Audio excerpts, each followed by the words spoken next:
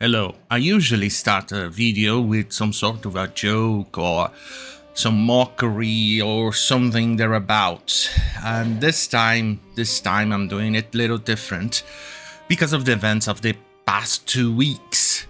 First you're wondering why I haven't uploaded a video in almost 2 months. It's because of health issues, but this video is not about that. This video is about Charlie Kirk and what happened to him. And I needed to vent. From everything that I've been seeing and the horrendous stuff that I've read from the left over his, death is just absurd.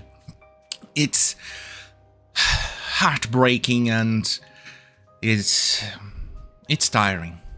I'm gonna be honest. I'm tired, boss. I'm tired. I'm very tired. Because it shouldn't be like this. He was a free speech guy. He invited people to debate him, to prove him wrong, to do all of those things. He was eloquent. He knew his facts. He knew everything that he was going to talk about. He was a good person. Even the person who he disagreed with, maybe he had some sort of stage fright or nervousness or something, and people were heckling his supporters, he'll say, to calm down a little bit and to let the person speak, encourage him. He never raised his voice against the person he disagreed with. He would just put out facts. And he was a big defender of Israel. As you can see, it's some way or shape or form, a way to show my support to him. and we lost a great person. America lost a great person. The world lost a great person. And we are all the poorer for it. Because I don't think there's anybody quite like him, ever. At least, maybe not in my lifetime. And it feels sad. I sometimes I check gore content, but usually in the space of years between them. But this time I only managed to see the event once, and I couldn't do it. I couldn't do the arena incident as well. Her attack, I just couldn't do it. I didn't have the stomach, the mind to do it. I just couldn't do it. And the left seems to be celebrating it. They seem to be dancing. They seem to be happy. How can you be happy for censorship? He invited people to prove him wrong. He was in favor of free speech. What happened to Charlie and Irina, but in this case Charlie more so, is an attack on free speech. And it paints a target on our backs, in all our backs. That it means that if you have something that they disagree with, if your opinion is viewed as negative by them, you are running a serious risk.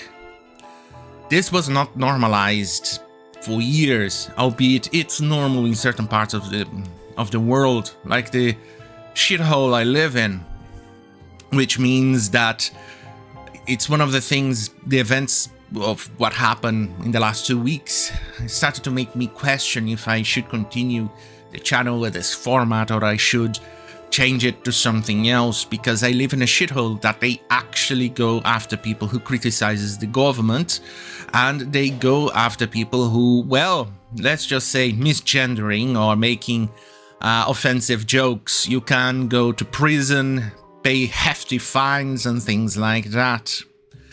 So I don't know if I can continue with this, especially because I don't think I have the money to escape the country if that ever comes to pass, or when, I don't know, because things are slowly getting worse and worse here, and I really have no idea what to do. But anyway, moving past that, my point is that free speech took a big hit last week, and this was not common in civilized countries like America and Europe, but only in shitholes like where I live. Seeing this stuff that is common where I live spreading elsewhere in civilized countries like that is disheartening and sad. It's very sad. I just can't do it. I saw Erica's video when she used Charlie Kirk's channel to tell what happened and about her family, and it broke my heart knowing these kids would never see their father again, and I'm sorry. I never thought I'll be making a video like this. To be honest, I never thought so. I nearly teared up when I saw Erica kissing his hand in the coffin.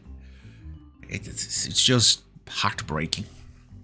You can see Democrats on the left dancing on his grave, desecrating his memorial and things like that, and saying the most insane things you could possibly think of to not only justify the hate and the disgusting things that they are saying, but to justify what happened to him.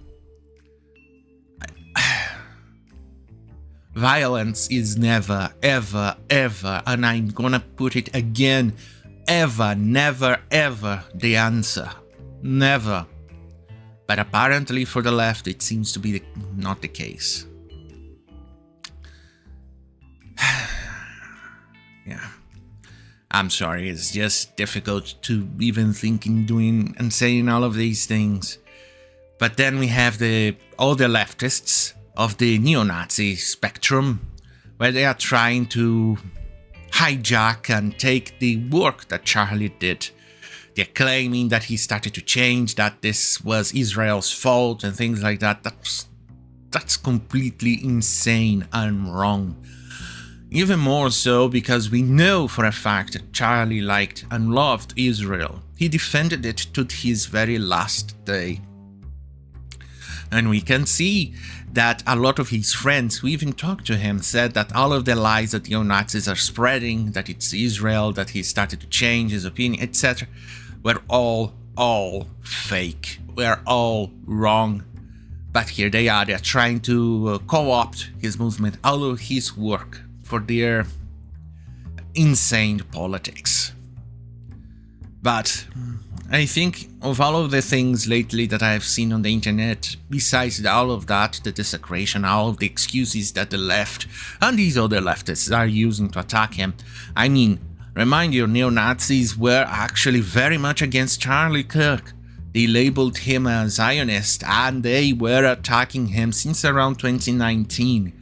So, mind you, when I say this, one of the most insane comparisons or justifications to attack him was comparing him to Osama bin Laden and how people celebrated that Osama was gone. Remind you, Osama was actually responsible for deaths of thousands upon thousands of people. Charlie, his only crime, and I'm putting it in quotes because this is not a crime, was to say things that the left disagreed. Let that sink in. It just breaks me. And I spent the last few last few days debunking all of these nonsense from the left. And it's insane the amount of blue anon crap that they believe in to justify their hate. And when you prove them wrong, they start to spurge out. But one of the things that I also like to point out, and it's a positive thing, is that Charlie was a Christian. I am an atheist.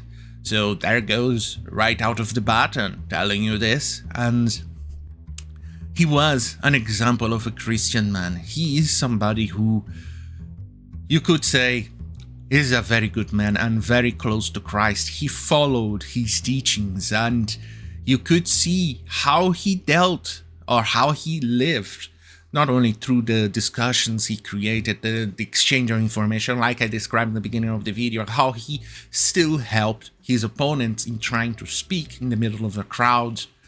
He was an honorable man. He was a great man. And he's a man that I think I should emulate, because he is, he was great. Yeah. He's honest. He believed in free speech, and he got silenced for it. And I don't like it. I mean, if I were to point out a good Christian, an example of Christianity, I'll point out without thinking twice, without even blinking, I'll say Charlie Kirk. He's the pinnacle of what I'll consider someone who is wholesome and good. And I don't like it that we lost him. I really don't. I mean, my channel is insignificant. I am insignificant. I never talk to him or anything like that. But his words, his work really affected me and helped me. And I saw how strong he was, and how strong and how his strength helps people. I'm sorry, it's just disheartening having to go through all of this, and I keep saying this word over and over again because it is disheartening. Because I don't think, I never thought I would be making this. I never thought I would reach the microphone, pull the microphone down, and record this message. I don't know when I'm gonna make a new video. My health took a bit of a hit, and I don't have the energy to do it, so I don't know when I'm going to return, or if it's going to be the same format, because I don't have the money to pay for security. I don't know if I have the money to escape the country when or if they start going after people critical of the government or sharing wrong opinions. I don't know. I really don't know. Yeah. I'm sorry. It took me this long to record this video because of this. All of this is happening. And I had to vent. I had to say these things because it was pressing my throat to my heart. And I needed to say it. I stand with Charlie Kirk. He was a great man, an inspiration to us all. And I wish the best for his family and for his kids, that they will grow up, and they will grow up without knowing his father. It's sad. And another thing that I would like to point out is the cancellations going on for people dancing on his grave and etc. I support it. Why? Because the left has done the same thing for people who misgendered, whose parents said some naughty things in the 80s and they got cancelled. Mentioning the NASCAR driver that got cancelled because of it, or Jordan Peterson having to go to a re-education camp in Canada, or the multiple people who lost their jobs for using the wrong gender, or for people who questioning a certain thing that we can't even say here on YouTube anymore, or for pointing out the certain demographic being very violent, that has had a lot of Minecrafting situations this year. So I'll say, yeah, you finally convinced us that cancel culture is a thing. And now they are upset. They're upset that it's affecting them. The loss, the culture they created is now affecting the left.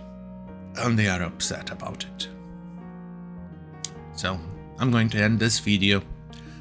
I say that if you ask a Jester 10 years ago, or 5 years ago, I would say, no, this is wrong. The cancellation is wrong.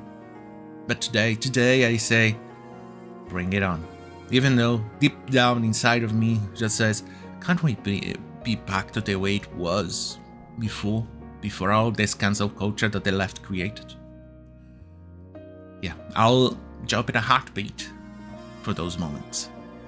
But now, the ending of this video, I'm gonna say, I stand with Charlie Kirk. And I'll forever stand with you. Thank you.